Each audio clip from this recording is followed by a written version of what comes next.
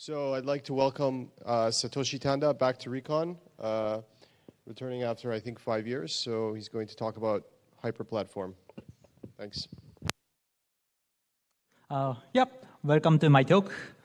So before I start the talk, let me add one funny personal story. So this is a picture I took 5 years ago when I came here for Recon for the first time. But this picture is not actually a picture in Montreal. This is a picture in Chicago. When I was heading to Montreal from Japan, I had to transfer my plane at the Chicago airport. And I was ready for this, but my flight delayed, and I had to go to a different boarding gate from the one I originally had to go. And that was also my first time to visit a different country and even take a plane. So I got confused and got lost in the airport and missed the flight and ended up with staying at a hotel in the nearby the Chicago airport. That was a funny memory to me. And now, I'm pleased to be here without getting lost. I didn't go to recon.com. I managed to be here. So I am going to talk about open source hypervisor project named HyperPlatform. So if you are interested in Windows kernel, hypervisor, system monitoring, or some sort, you will be interested in. So in this talk, I am going to tell just a couple of things. So if you want to have more ability to monitor and control Windows system activities in a lightweight manner, HyperPlatform is for you. And HyperPlatform is a hypervisor designed as a VM exit filtering platform to utilize virtualization technology and write new types of monitoring tools on Windows easier and quicker. So that is basically what I am going to tell in this talk. So let me introduce myself quickly. I am Satoshi, and a reverse engineer interested in Windows kernel, and I implemented HyperPlatform. And I am working at Sophos as a threat researcher, specializing in behavior-based malware detection. But this project is entirely done independently, so feel free to reach out to me directly. And Igor, he is a co-researcher, and he is an independent researcher specializing in cybersecurity, especially memory forensic and rootkit analysis.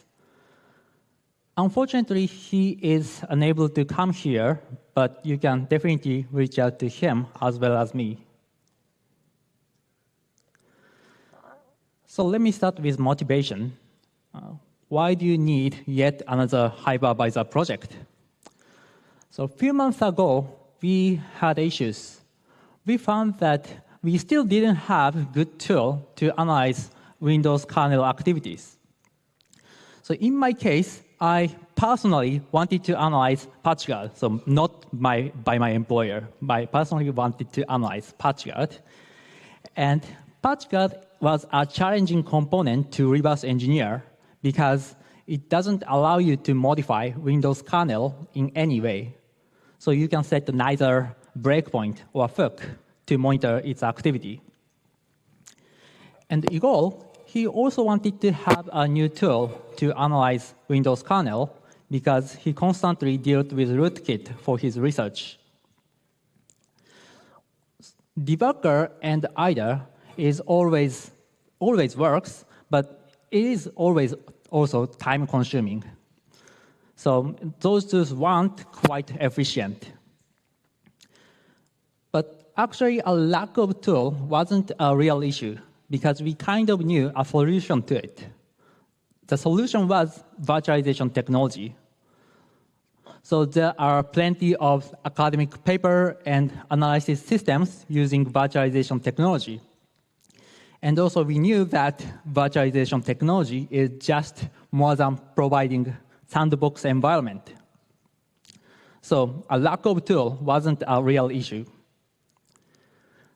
The real issue was that there was no suitable hypervisor to utilize virtualization technology only for system monitoring purpose on Windows. So assume that you want to monitor a system by using virtualization technology on Windows. You need a hypervisor. But what options do we have? Like first off, there were a couple of good-looking commercial products, but obviously those were proprietary and not available to us. And if you take a look at some existing lightweight hypervisors on Windows, those lacked modern platform support. For example, like HyperDebug, which is a really awesome project, but it didn't support 64-bit architecture. And if you take a look at more comprehensive hypervisor projects, those were just too large to understand and extend. If you are hired for this, you will probably be okay. But if you want to independently do some research, it's probably too time-consuming. And also, those projects weren't quite Windows engineers friendly. It requires, say, Cygwin to install and compile first. We found that Box was actually a kind of exception. We found that Box was quite easy to compile and run and even understand, but that was just too slow for day-to-day usage. So to summarize, this is our list of challenges we believe that we should tackle, and we believe that a community needed a solution to it somehow. So we decided to work on these problems. And as a solution, we developed a HyperPlatform. HyperPlatform allows you to monitor Windows system activities, including kernel. And it is open source and supports Windows 7 to 10 on both 64 and 32-bit architectures. And it is small enough.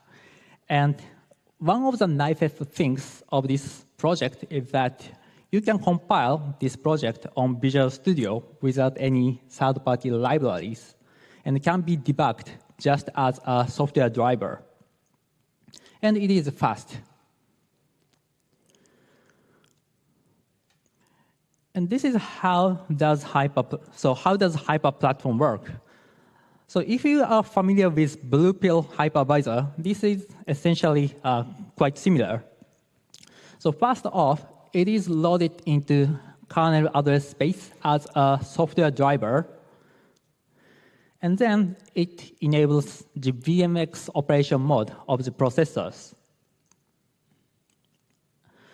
And once the VM exit operation mode is enabled, processors start to treat the entire system as a virtual machine and invoke a registered handler routine upon occurrence of certain events, such as exception or execution of certain type of instructions, or access to system registers like control register 3. And those events are called VM exit, and HyperPlatform implements the handler. So VM exit handler in this example. And to get a rough idea of how event handling works, this is pseudocode for VM exit handler. So when a VM exit happened, processor invokes this handler directory and also gives a context of the system, namely values of registers, and also a reason why VM exit happened. And according with this reason, handler execute real implementation of handler, so for each event.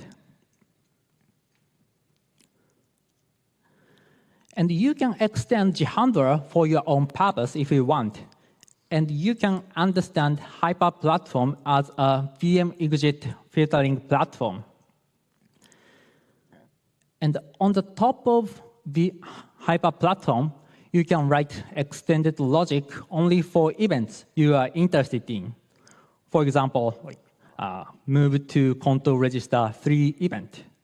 And you can forget about all other events you are not interested in. And this is essentially how HyperPlatform is used. Then, what is an advantage of using HyperPlatform, and why do you want to use it? A short answer is, you can do what you cannot do without virtualization technology. So firstly, like VM-exit is a new class of events you can filter. So with HyperPlatform, you can tell occurrence of a processor-level event, and even just an access to memory if you configure extended page tables. And secondly, the VM-exit handler is quite flexible. So you can return a different register value against, say, read MSR instruction. And also you can return a different memory contents against read memory operation in a system. And importantly, none of them is easy to implement without virtualization technology. But with VT, it is quite straightforward. By utilizing those capabilities, you can implement meaningful logic for your own purpose on the top of HyperPlatform. So let me share some ideas and example application implemented on the top of HyperPlatform. So primary application I can think is kernel code analysis. For example, like detection of dodgy instruction execution. For instance, malware rootkit often modifies a value of control register 0 to disable memory write protection. But this is quite uncommon on normal system execution. So you can detect that event with VT, and then you can make a further investigation. And the other application is detection of pull execution. So by using EPT, you can catch execution of memory, and then you can check whether the address being executed is backed by any image or just a heap. In kernel, it's called pull. And if it is just backed by pull, it is quite suspicious, so you can also make further investigation against this region. And with this technique, you can get unpacked rootkit code from the memory pretty quickly. So I will demonstrate it shortly. And as more advanced application of EPT, you can implement invisible API hook. If you are interested in this project, please check out GitHub page, so DDI-mom. Okay, so let me demonstrate memory mom, which is able to detect execution of pull with a robot driver.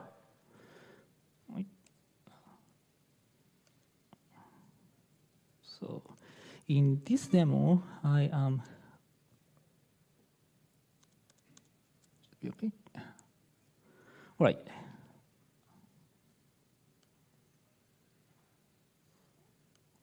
So let's run 64-bit Windows 7. So in this demo, I am going to run malware, which is packed. And then I will get unpacked code extracted onto memory using memory mom, which uses EPT. So this is a driver file, malware rootkit file.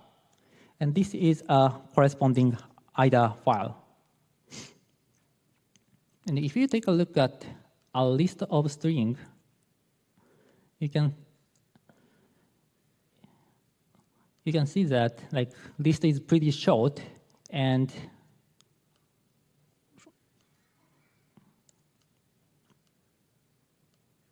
yeah, so most of contents in a file is just a data. So those are quite strong sign of packed file.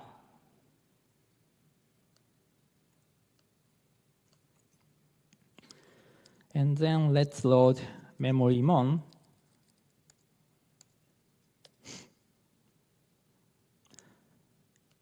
Memory mon usually doesn't show much logs because execution of memory is quite uncommon on normal system. But if you run this malware, oops.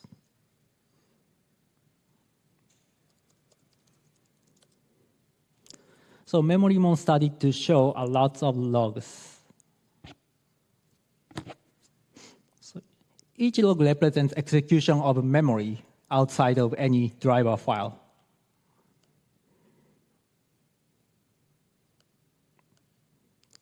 Yeah, so let's take a look at this entry.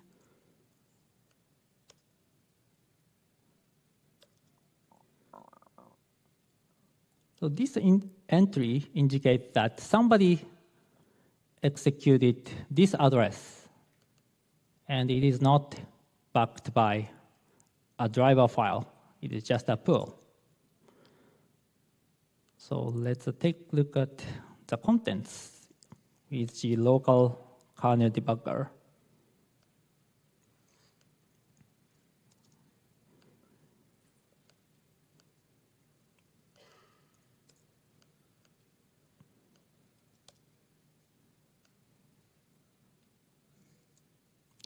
Now, so the contents, oops. The contents looks like an entry point of function on a heap. It is quite suspicious. So let's take a dump of this region.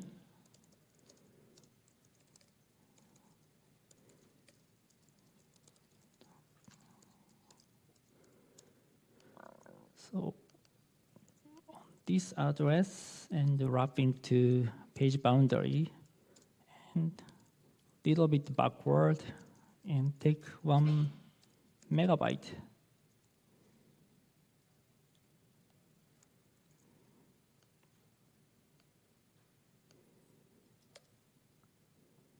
So that's extracted that of memory contents dumped to a file.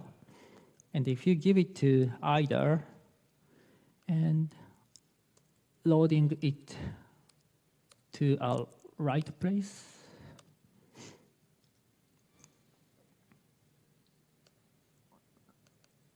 and if you take a look at the address, executed address, you can see a nice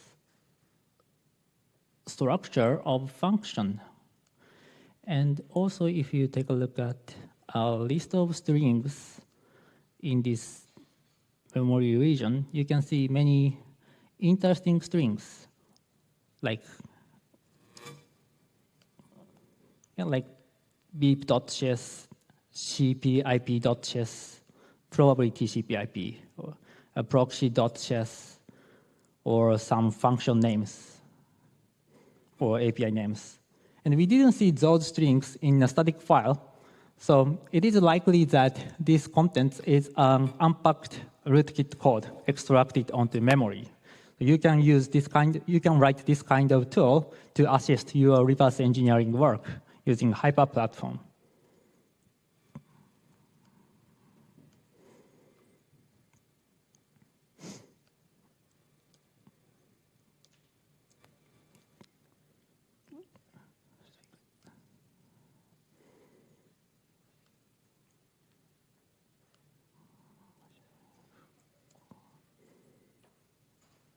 Yeah, so apart from code analysis, you can implement hypervisor-based protection if you are interested in.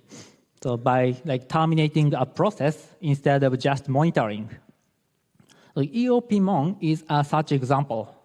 So EOPmon can detect a successful exploitation of privilege escalation vulnerability by checking a token field of a process structure in a kernel.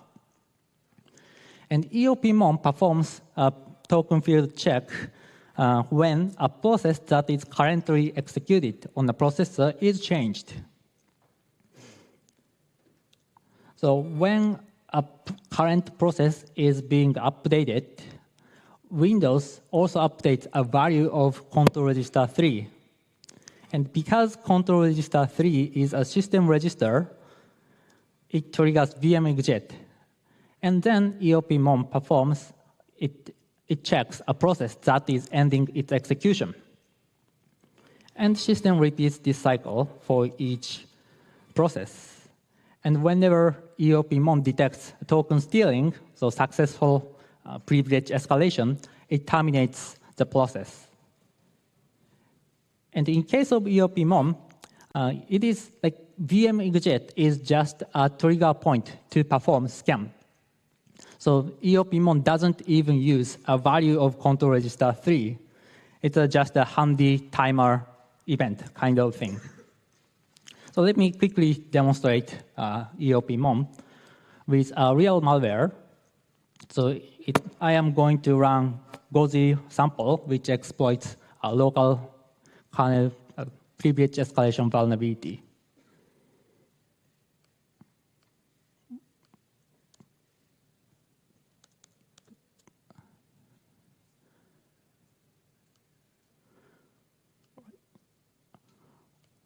Right.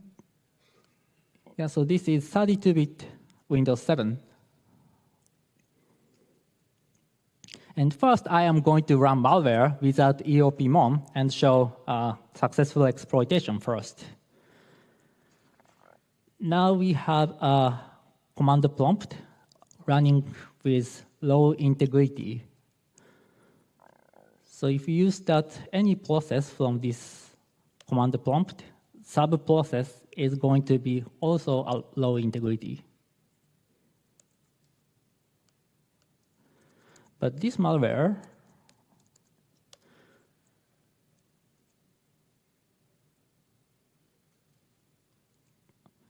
this one. So this guy exploits a system vulnerability and gets system privilege first, then spawns system privilege explorer.exe. So that is how this malware works. And then let's run the same sample with EOP-MOM. So EOP-MOM is also implemented on the top of a HyperPlatform. And run the same malware and see if it is going to be detected. So now I executed malware, the same sample, PID 1864. And then it starts exploitation, hopefully to protect the system. Now it couldn't, like malware couldn't spawn explorer.exe because like EOP-MOM detected an exploitation and terminated the process before the malware does really bad things. So you can write this kind of like protection or tools by using HyperPlatform.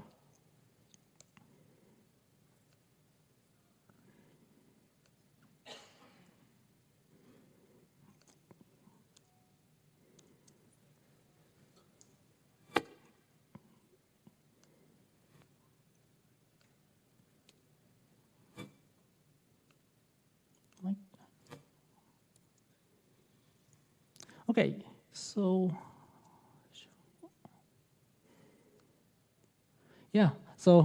let me briefly touch up on some limitations on this project.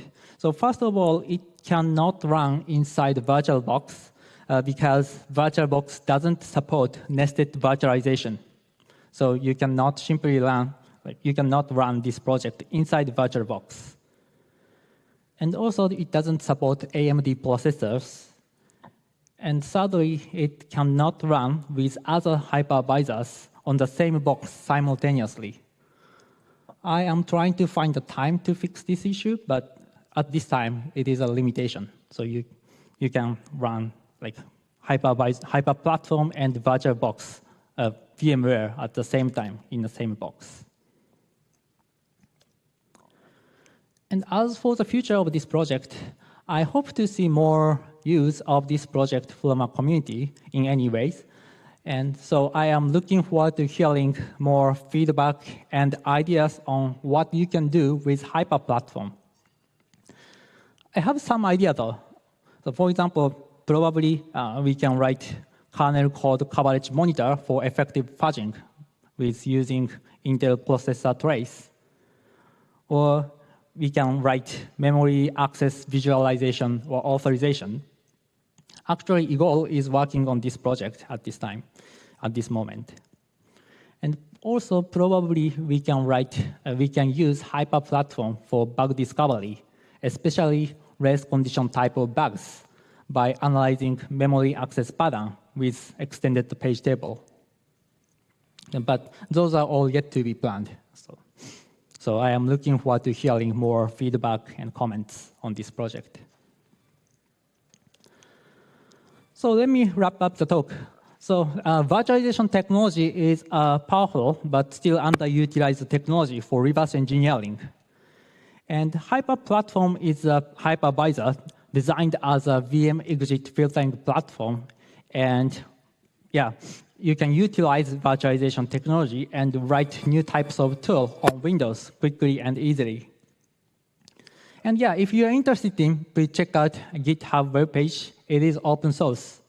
And yeah, develop your own unique ideas and solutions. Yeah, that is all I have.